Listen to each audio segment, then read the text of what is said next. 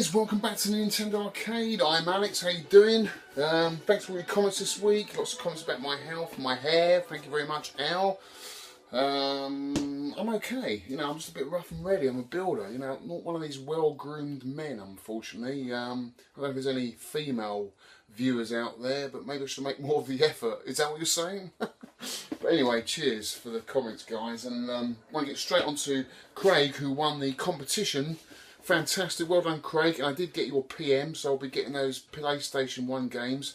The competition question was, which third-party publisher did Nintendo use to boost their back catalogue of games? And it was Namco. They used it on Head-On and Bombi N. N at the end was for Nintendo, but they were actually Namco games. So what Nintendo did, I guess they just approached Namco and said, you know, can we use these games? We need to boost our catalogue.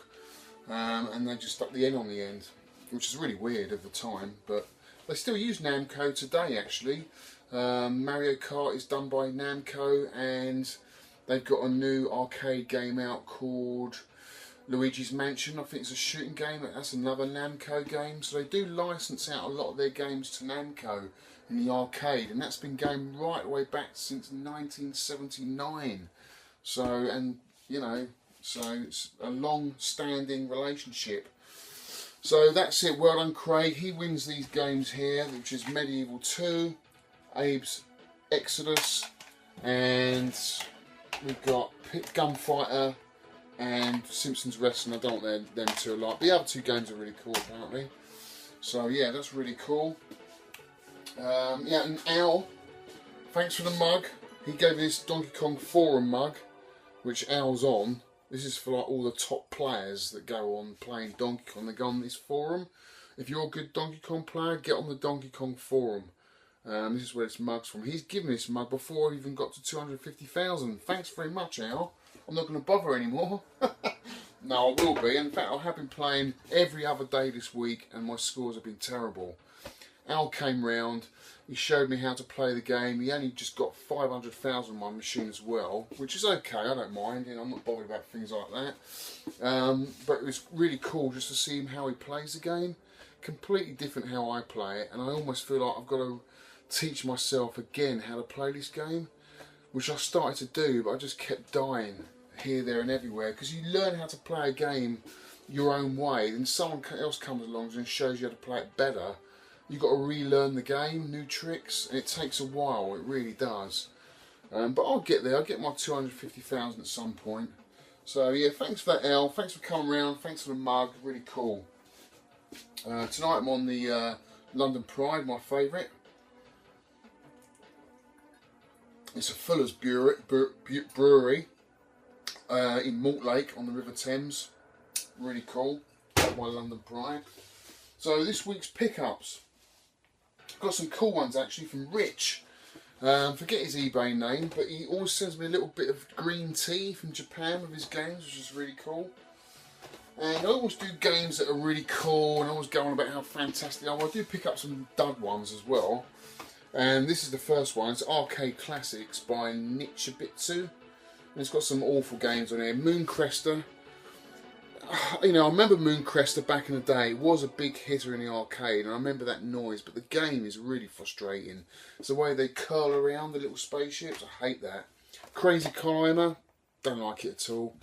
And there's an unusual game that I'd never heard of before called Frisky Tom, and I looked it up, and it's actually a really cool cabinet, but the game's awful. You've got these pipes, and your job is to repair the pipes. There's all these mice going around gnawing holes in the pipes, and there's leaks everywhere, and you've got to repair them. And Frisky Tom is trying to fill up this bath for his lady friend. You don't actually see his lady friend, but she's there on all the graphics, the artwork. So yeah, it's really naff. The music's really, really terrible. It just goes on and on and on. So don't bother with that one. The next game is Super Fire Pro Wrestling, Power Wrestling, I should say.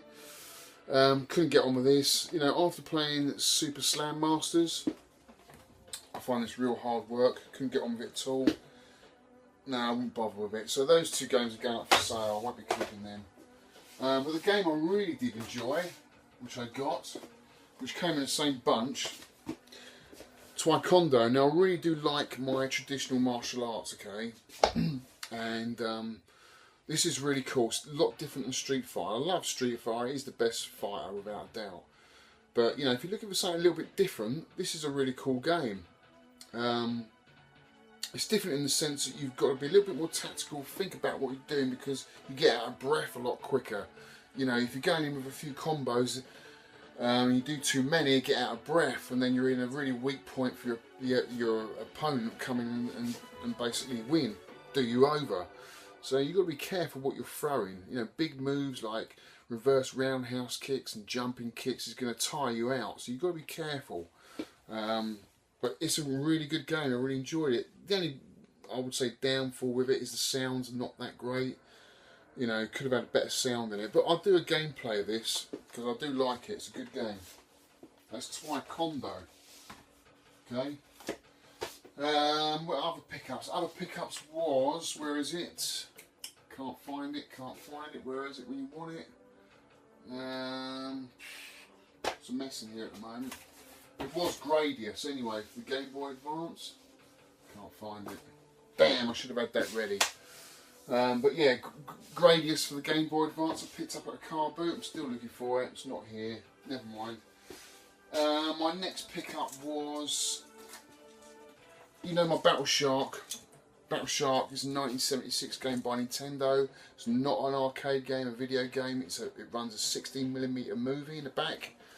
And I've got to get this film off to the Amsterdam Film Institute, because they said they're going to duplicate it for me for free. So I've been looking for these film reels on eBay, and they're going for ridiculous amounts of money, and most of them have usually got film in them, which makes them go for even more. But all I wanted was the actual reel to put my film in. So I ended up paying for these. They were 10 quid each, just for a reel, which I wasn't happy about. But anyway, I needed to get it off, because the guy's going, well, you haven't seen your film yet, where is it? So I brought these. I put the cut of film. You have to find like where the film's been glued together. I didn't like doing this at all, cutting it, but you can feel, if you run your fingers along the film, you can feel where it's joined, and that's where you cut it basically. So I've taken the film off the main reel, which is this. So the film went around this, okay, many times, and the film's about 18 meters long, so it wraps around this. I'll give this a good clean up. I'm not going to send my other film off, because I'm a bit nervous about putting this film back in here. I've never done this before, you know, it's all new to me. So I'll give this a clean up, send that film off, get that one back, and then I'll see how the other one's put together. That's what's good about having two of the same machine. And that's what's good about having, it's because I'm not that technical at all. It's good about having all these machines. You can swap parts around. You can fault find a lot easier when you've got two of the same machine, because you can swap things around. It's the same with this. But tomorrow I'm going to go around to my mate Ian's, who's got the Battle Shocks there in his arcade. Thanks Ian for that. And we're going to turn them on, and hopefully one of them's going to turn on. I hope both of them will turn on. You know, that'd be really cool. So we know that we're both working, and then all I've got to do is spot weld some plates on the front. Get this film duplicated, get the film back in, spray it, clean it up, job done. They're out there. Looking forward to that. Let's just fingers crossed they're going to turn on. What was the other thing I want to show you? Yeah, so this week I'm going to do a Helifire gameplay, right? It's a short one, but I'll give it its respect, okay? It's a Nintendo game, it's an early one, and it's probably one of their worst games ever made. It really is. I think this is worse than Radar Scope Helifire. I don't know what they were thinking. And I've played it on main, but I've got the actual board, I've got the actual PCB, and that's what I like about doing gameplay YouTube videos. When I've actually got the PCB, it's nice to do a gameplay of it, because I have the actual game. This is the original hardware, and you know, it's a cocktail one. It's got three layers, and this would sit in your cocktail machine. And the signature for Helifire is tub. Can you see that there? So that's the sixth. This is a really rare board. There's not many of these about. This could be rarer than Sheriff, you know. But it's nowhere near as good as Sheriff. This is a really naff game, I'm afraid. But check out the video, guys. I mean, you know, this sort of time, what was it, 1980? There were so many other better games around at the time. So this is why this game is so rare, because it flopped, okay? It flopped really badly. And I've only ever seen one machine on Dragon's Lair form, that was a cockpit, tabletop rather, like my space launcher. And it's got an 8-way control stick and 1 fire button. But you'll see in the video, it's not great because the sound's rubbish. There's no sound there. But anyway, have a look. Tell me what you think. But it's good to do videos of these games anyway. It's Nintendo, and that's what my YouTube channel is all about. It's about finding rare and doing video games of rare games by early Nintendo. Okay, that's what it's about. And of course my console stuff, which I like. So anyway, check that out, guys, and let me know what you think. So we're upstairs now in my loft conversion, and this is my bar top here, running pretty much just MAME games, Neo Geo games, just the 2-button games really, nothing more than that, which is fine. That's all I use it for really. So I'm just going to show you Helifire by Nintendo. Let's fire it up.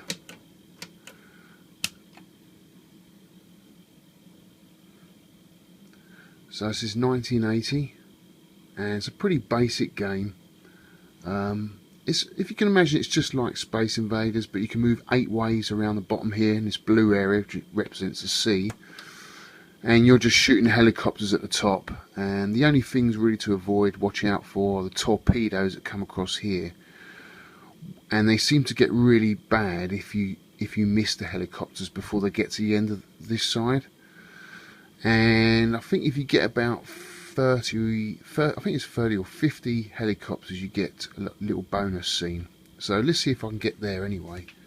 It's quite a hard game actually.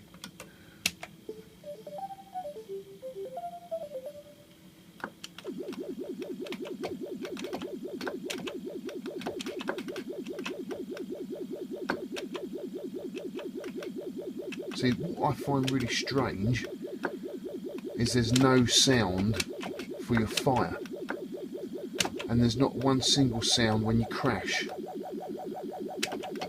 And sound is very important in the game, like it is in a film. Oh, I just missed that. Oh, crashed. See, no sound. Really strange. I don't know whether there's something missing when they're downloading it onto MAME, or that's why it's really interesting to see if I can get that board going.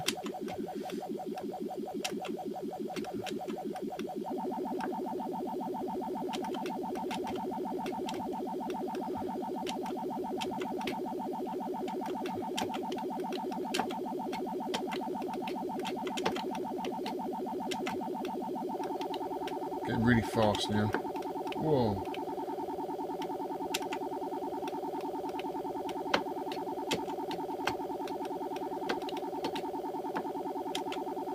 Oh.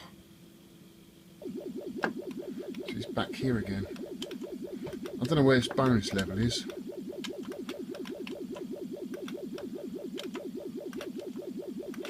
Be good just to see that, and then turn it off. It's really naff. You couldn't play this for too long, could you?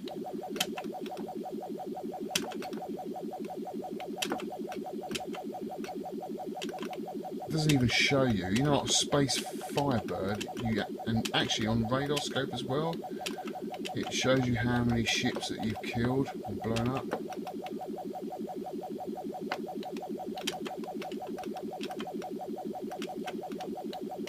Really odd.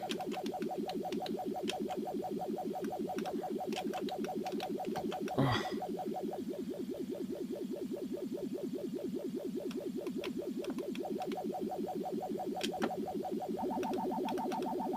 It's actually easier when they're a little bit quicker.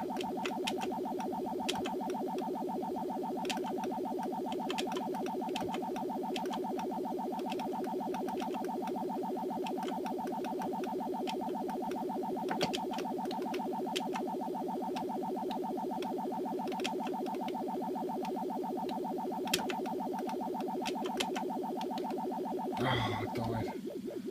Didn't beat the top score, did I? No. Anyway, that's it. I'm not going to try and do anything more to that. So there it is, Helifire. And yeah, that's it. So what now I'm going to do, we're going to go straight to the Battle Shark, right? So I've got something really interesting to show you. I've got the film out the cupboard. So let's go over and have a look at that, and then we'll move on to the actual cabs themselves. Anyway, thanks for watching that. Sorry if I bored you, but it's good to see some of the early Nintendo games. Right guys, this is the Nintendo Battle Shark 16mm movie film on this reel here. It's about 18 meters long roughly, and I've got to find the join. Well, actually, in fact, I know where it is because I've had a little fiddle around before I started this film, and it's just there. Can you see it? That's the bit I've got to cut. It just about overlaps my finger. You can see it there, look. That's the join in the film. So I've got to cut that there and then roll it up onto a reel and send that off to the Amsterdam Film Institute. I've got 2 of these to do. I'm going to try and do this tonight if I can and get this off. We need to get this going. I'm going to try tomorrow. I'm going to go over to where the Battle Sharks are being stored in my mate's games room, and we're going to try and turn them on and just see what happens. Now that the film's out, we can see if it works or not, see what's working in the actual machine. So I need to get cracking on with this. So yeah, just a little update guys, just thought I'd show you that. We're back here at Ian's arcade here, which I built last year, where he's housing, looking after my Battle Sharks for me. And today, because I've got the film out, I thought we'd try and turn it on, see if it works. We've just changed the plug over, put a UK plug on it, and we're about to turn it on for the first time, okay? It hasn't got the film in. So this is a first, okay, for Nintendo Arcade. The green button. Whoa, we have power! Yes! Look at that! Oh my god, look, it's on, guys, look at that. It's working. How cool is that? Oh my god. I can't believe it's working. So how do we coin up? We need to coin up. We've got to open this. Will it work with it if I open this up? No, it's got a shut out switch on it. No, it hasn't, no. Okay, well at least we know it's working. Isn't that fantastic? Awesome. So all I've got to do now then, get the film duplicated, which is going off to the Amsterdam Film Institute. Get that back, get that in, and then we can fire it up and get the game going. So that's really cool. I'm really pleased with that. We know it works, so we need to get this one going now as well. See if this one works. So, well, we'll do another video of that in a minute. Cool.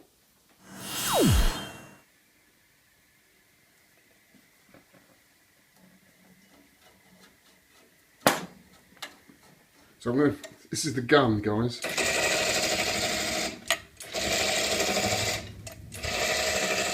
So imagine the film in there. It's not in there, but how cool is that?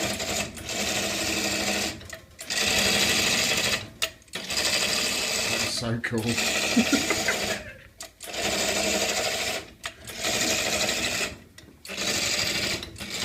At least I know the gun works, but the actual projector is not doing anything. There was a bit of interference there. Projector's not doing anything, so we might need to change a fuse.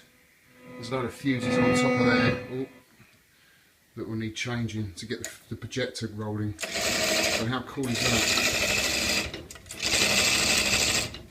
Uzi 9mm. Get in the chopper. Oh, that's just brilliant.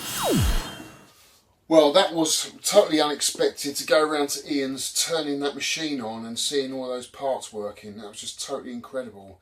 This is the first time I've ever seen this running, okay? It's the first time I ever turned that on and seen all the lights light up and the machine gun going. It was really incredible, actually. I felt really, really chuffed about that. So I guess now I've got to get the film off, get it back and get it in there. Obviously make sure this projector works as well. And give it a good clean out, that's what it needs too. But I'm so happy about that, you know, it's really cool. And that machine gun just put a big smile on my face. I really did feel like Arnold Schwarzenegger on there on the chopper, shooting down the predators. Oh, it was really cool. So, yeah, that's a really cool update, isn't it? So, anyway, till next time, thanks for watching.